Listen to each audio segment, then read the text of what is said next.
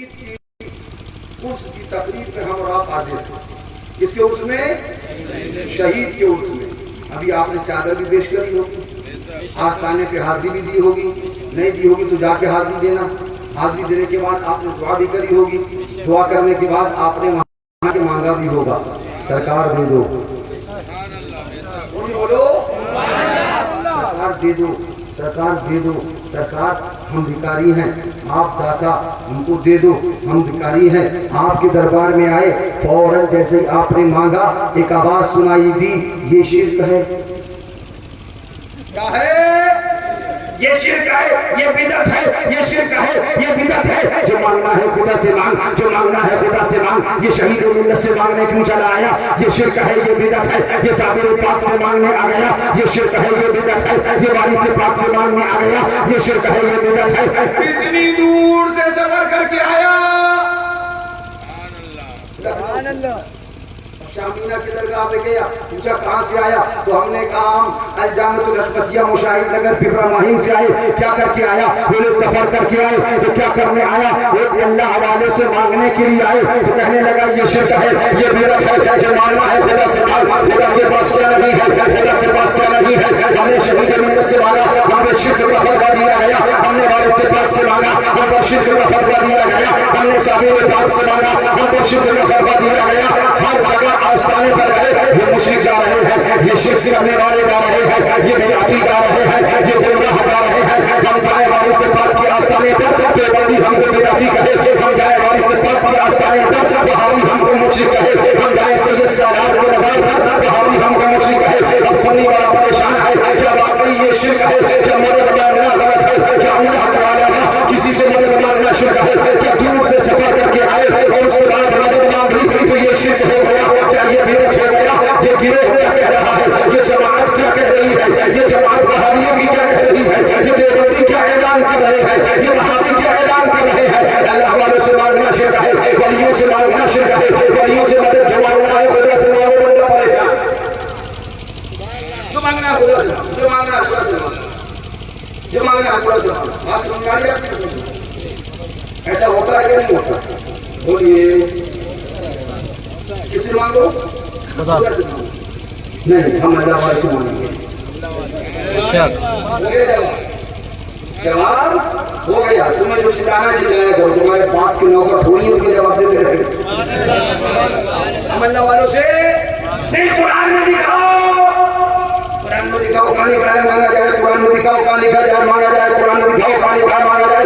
ہم نے کہا چل آج قرآن سے بھی بات کر لیتے ہیں. آج اللہ والوں کے دربار سے مانگنے کی بات ہے. ایک کوشش سرا بات ہے اس میں ہم آج شرکت کی سعادت حاصل کر رہے ہیں. آج صرف قرآن سے بات کرتے ہیں. قرآن جو بتاتے دو جماعت ہے, دو گروہ ہے, پگڑی ادھر بھی ہے, پگڑی ادھر بھی ہے, داڑھی ادھر بھی ہے, داڑھی ادھر بھی ہے, سجدہ ادھر بھی ہے, سجدہ ادھر بھی ہے, نماز ادھر بھی ہے, نماز ادھر بھی ہے, روزہ ادھر بھی ہے, روزہ ادھر بھی ہے, تقویٰ ادھر بھی ہے, تقویٰ ادھر بھی ہے, پرہیزگاری ادھر بھی ہے, پرہیزگاری ادھر بھی ہے. مگر اس جماعت کو اہل سنت و جماعت بریلوی گروہ کہا جاتا ہے. اہل سنت و جماعت بریلوی فرقہ کہا جاتا ہے. اور یہ دیوبندی گروہ ہے, یہ وہابی گروہ ہے. اس فرقے کا ماننا یہ ہے کہ اللہ حوالے کے آستانے سے مدد مانگی جا سکتی ہے, اللہ حوالے کے دربار سے مدد مانگی جا سکتی ہے, اللہ حوالے کے مزار پہ جا کر مدد طلب کی جا سکتی ہے. اور اس گروہ کا ماننا یہ ہے جو مانگنا ہے خدا سے مانگو, ولی سے مانگنا شرک ہے, نبی سے مانگنا شرک ہے, ولی سے مانگنا بدعت ہے, نبی سے مانگنا بدعت ہے. ایک قرآن تو بتا دے, دونوں اپنے آپ کو مسلمان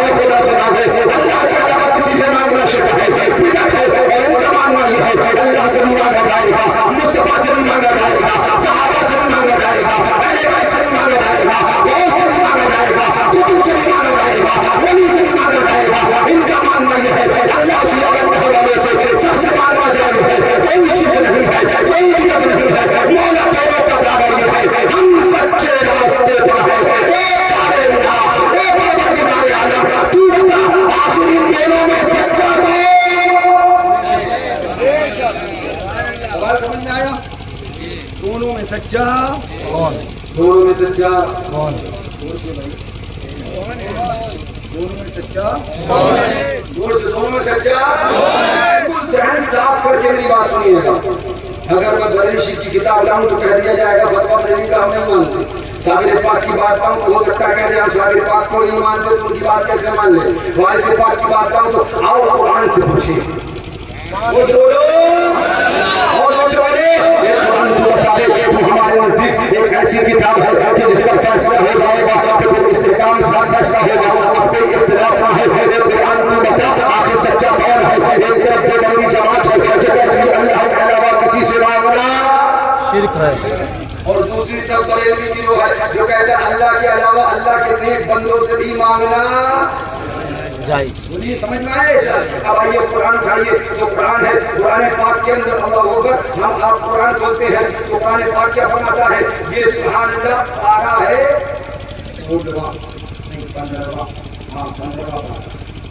15واں پارہ ہے. رب تبارک و تعالیٰ اس 15ویں پارے میں آیت نمبر 65 ہے. کون سی ہے بولو. آیت نمبر 65 ہے. قرآن پاک ہے. اللہ تعالیٰ قرآن پاک میں کیا ارشاد فرماتا ہے. اللہ اکبر آؤ ذرا قرآن پڑھو. قرآن ہے قرآن یہ میرے گھر کی کتاب نہیں ہے. ہم آدھی کرتے ہیں تو ہو جاتے ہیں بدنام. آؤ ذرا قرآن دیکھو. قرآن میں اللہ تعالیٰ ارشاد فرماتا ہے فوجد عبدا من عبادنا آتیناہ رحمۃ من عندنا وعلمناہ من لدنا علما. بے شک.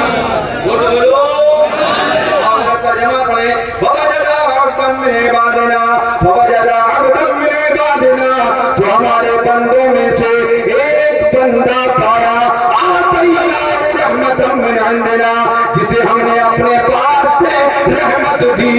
وعلمناہ من لدنا علما اور اسے اپنا علم لدنی عطا کیا. بے شک. معاملہ کیا ہے کہ ہم نے جو آیت پڑھی قرآن پاک کی معاملہ کیا ہے. معاملہ یہ ہے کہ اللہ تعالیٰ نے حضرت موسیٰ علیہ السلام نے جب عرض کیا وہ علم لدنی چاہیے حکم دیا جاؤ خضر سے ملو. کس سے ملو؟ کس سے ملو؟ دور سے. کس سے ملو؟ پوچھو ان دیوبندیوں سے خضر کیا خدا ہیں؟ خضر کیا خدا ہے؟ تو جواب ملے گا خدا نہیں غیر خدا ہے. اللہ نہیں غیر اللہ ہے. یہ قرآن ہے 15واں پارہ ہے. جب ارشاد فرماتا ہے فوجد عبدا من عبادنا تو ہمارے بندوں میں سے ایک بندہ انہوں نے پایا آتیناہ رحمۃ من عندنا مفہوم آیت مقدسہ جسے ہم نے اپنے پاس سے رحمت دی. وعلمناہ من لدنا علما اور اپنی طرف سے علم لدنی عطا کیا. آگے کیا فرماتا ہے قرآن ہے قال لہ موسیٰ. بے شک. قال لہو کس نے کہا؟ یہ کون بولے؟ قال لہو موسیٰ اس سے موسیٰ نے کہا. ایک منٹ اطمینان سے. کس سے کہا اور کس نے کہا دونوں کو سمجھنا بہت ضروری ہے. کس سے کہا اور کس نے کہا. تو کس سے کہا؟ حضرت خضر سے کہا علیہ السلام. اور کس نے کہا؟ اللہ کے پیغمبر حضرت موسیٰ کلیم نے کہا. سبحان اللہ. زور سے بولو. کس کو دیکھا یہ موسیٰ سے پوچھے کوئی آنکھ والوں کی ہمت پہ لاکھوں سلام. اب کیا کہا حضرت موسیٰ علیہ السلام نے؟ قال لہ موسیٰ هل اتبعک علی ان تعلمنی مما علمت رشدا. تو حضرت موسیٰ نے ان سے کہا میں تمہارے ساتھ رہوں اس شرط پر کہ تم مجھے سکھا دو نیک بات تو تمہیں تعلیم ہوئی. سبحان اللہ. بولو.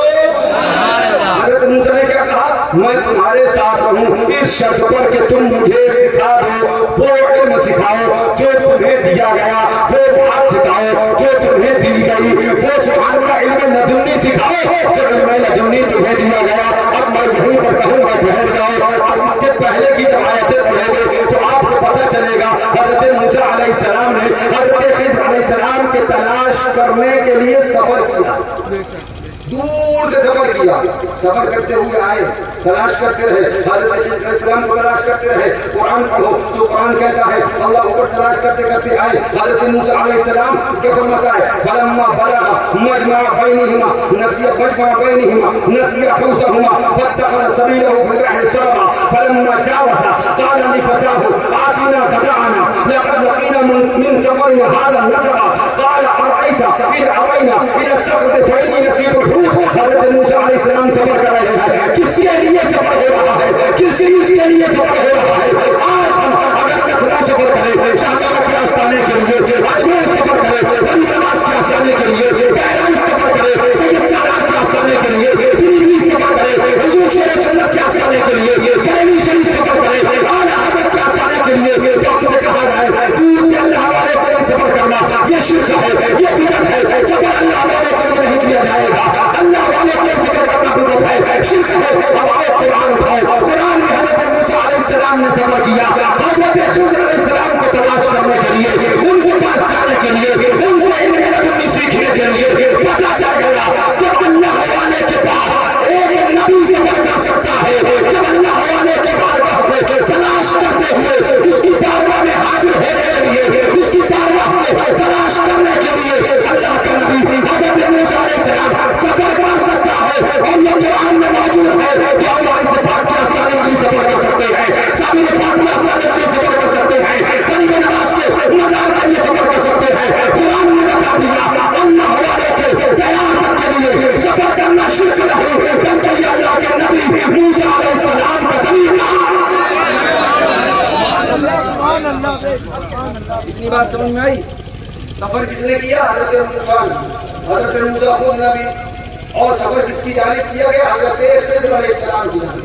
بعد میں نبی کہا اور ولی ہونے میں اتفاق ہے نا؟ ہاں تو ولی ہونے میں اتفاق۔ اب حضرت خضر علیہ السلام ولی ہونے پر اتفاق ہے،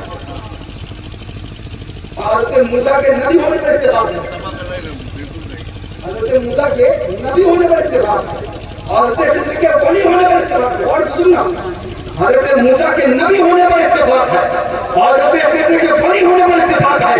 ان دیو کے بندوں سے کہو عقل کے اندھے جب نبی ہو کر ولی کے دیار میں جا سکتا ہے تو نبی ہو کر ولی کے دیار میں نہیں جا سکتا۔ بے شک بے شک بے شک، سبحان اللہ سبحان اللہ۔ بات سمجھ میں آئی؟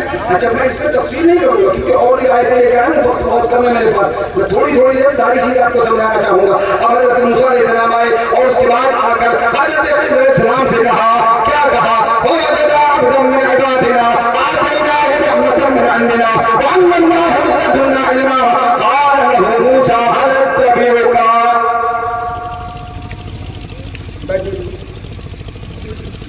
چالیس بار مگر صبح ہے کہ 40 بار میں ایک بار بھی کہے نہیں، 40 بار بھی ہے وہ اس کا کیسے جائیں گے مشاہدے ملت کی سب؟ ماشاء اللہ، یہ ہے وہ ذرا زور سے کہہ دو، زور سے بولو سبحان اللہ سبحان مفضل علم حکمت مشاہد رضا، ان کی علمی جلالت پہ لاکھوں سزا۔ بے شک بولو سبحان اللہ۔ حضرت موسیٰ علیہ السلام آؤ ذرا اسی طرف فرمایا گیا سفر کیا، حضرت موسیٰ علیہ السلام نے حضرت خضر علیہ السلام کو تلاش کیا اور اس کے بعد ڈھونڈ لیا۔ اب میں ایک سوال کرتا ہوں، اگر اللہ والوں کے دربار میں دور سے سفر کر کے جانا یہ شرک تھا تو خضر علیہ السلام کے ولی ہونے پر اتفاق، حضرت موسیٰ کو وہاں کا سفر رب کے حکم سے کیا گیا، تو کیا معاذ اللہ یہ شرک کا حکم دینے والا خدا ہے؟ پتہ چلا یہ شرک اللہ والوں کے دربار میں آنا شرک بلکہ حضرت موسیٰ کا آگے بڑھو۔ حضرت موسیٰ نے کیا کہا؟ هل اتبعك على ان تعلمني مما علمت رشدا۔ کیا میں آپ کی اتباع نہ کروں؟ ذرا زور سے کہہ دو سبحان اللہ۔ یہ پیر صاحب کے مرید کہاں سے آ